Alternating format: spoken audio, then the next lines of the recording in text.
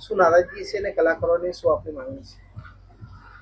વિક્રમભાઈ ઠાકોરે જે નારાજગી વ્યક્ત કરી છે એ જ રીતે હું પણ સમગ્ર પાટીદાર સમાજ વતી નારાજગી વ્યક્ત કરું છું કે મને પણ ઇન્વિટેશન નહોતું તો કઈ વાંધો નહીં, પણ મારા નાનામાં નાના કલાકાર પાટીદાર સમાજના કલાકારને યાદ કર્યો હોત તો મને 100% આનંદ થાત. અને ક્ષત્રિય સમાજ અને પાટીદાર સમાજ એ ગુજરાતના સક્ષમ સમાજો છે. સરકાર રચવા માટે આ બે સમાજની 100% જરૂર પડતી હોય છે, પણ મને એવું લાગે છે કે સરકારશ્રીને કદાચ આ વાતની ધ્યાન નહીં હોય કે કોને ઇન્વિટેશન આપ્યું છે કે કોને નહીં, એ સરકારશ્રીને ખબર નહીં હોય. પણ અમુક કોઈ એક ગ્રુપ વિઝન અને ઇન્વિટેશનના કારણે આ વિવાદ જ્યારે થયો છે ત્યારે વિક્રમભાઈની વાત સાથે હું સંમત છું અને મને 100% વિશ્વાસ છે કે સરકારને જ્યારે આ વાત ધ્યાન ઉપર આવશે તો સરકાર મા બાપ છે, સરકાર માટે દરેક દીકરા સરખા હોય છે, એટલે સરકાર અમારી જોડે થતો અન્યાય અટકાવશે, અમારી જોડે અન્યાય નહીં થવા દે અને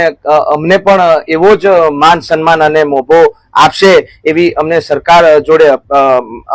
અમે ઈચ્છીએ છીએ અને સરકાર અમને 100% આ વાતે અમને ન્યાય આપશે એવું હું આશા રાખું છું સરકાર